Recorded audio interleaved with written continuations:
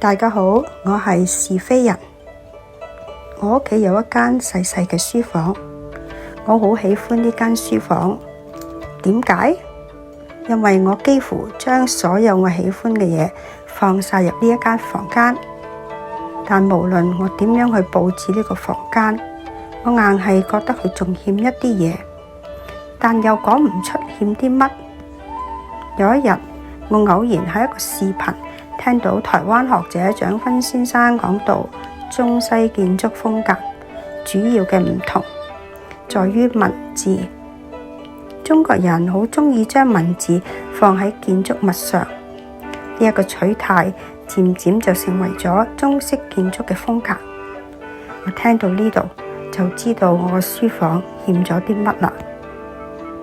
中國嘅古建築，例如樓、台、亭、閣、園林名勝、名門宅第、寺廟等，匾額係唔可以分割嘅組成部分，佢哋相當於古建築嘅眼睛。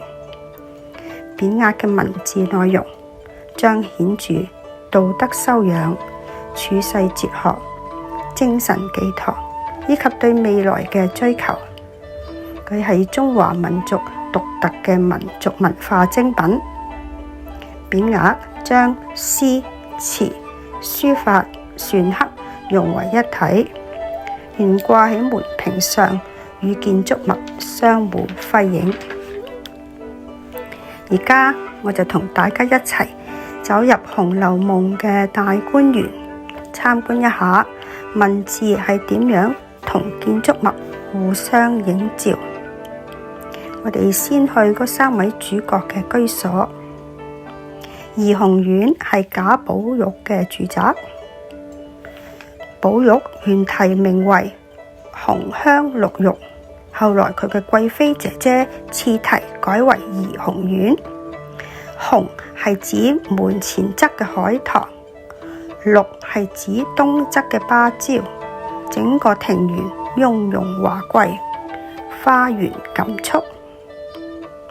瀟湘館係林黛玉嘅居所，館內一片翠竹環繞，翠竹象徵嘅係一種不屈不撓嘅高潔脫俗嘅氣質。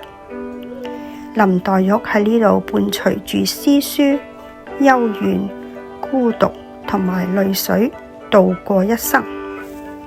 蘅蕪苑係薛寶釵嘅居所，係一所外側無味、內藏清雅嘅居所。園內不見花木，只有大玲瓏山石同埋堆山，仲有各種奇藤異草嘅植物，顯示出寶釵端莊穩重嘅品格。我哋再去心芳亭。心芳溪係進入大觀園後嘅第一處水嘅景色，水上可以行船，並且貫穿咗大半個園林。溪上有一條橋，橋上有心芳亭，亭上有一副對聯，寫住繞堤柳謝三高翠，隔岸花分一墨香。呢一副對聯寫嘅係水，但妙在冇一個水字。三高係指水嘅深度，一墨係指溪流。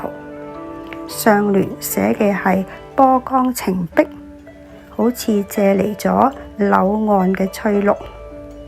下聯寫嘅係水質芬芳，呢一墨之水分隔咗兩岸嘅花香。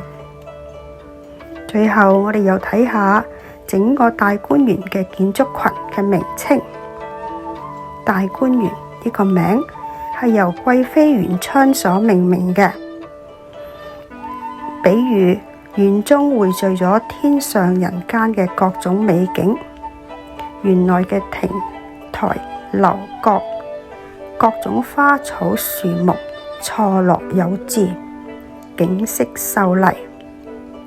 元春除咗為大觀園命名，並題寫咗匾額，故因思義，寓意佢對娘家嘅恩情同埋對母親嘅思念。大觀園作為紅樓嘅核心，係金陵十二釵嘅生活舞台。佢哋從青春綻放到凋零嘅悲劇。呢一座朱門秀戶，從榮華富貴走向衰落。紅樓不過係繁華一夢，人世間嘅無常，正如太虛幻境開篇，假作真時，真亦假，一切如夢幻泡影。如果我嘅分享能夠得到你哋嘅共鳴，請你哋按讚、轉傳、訂閱及按小鈴鐺。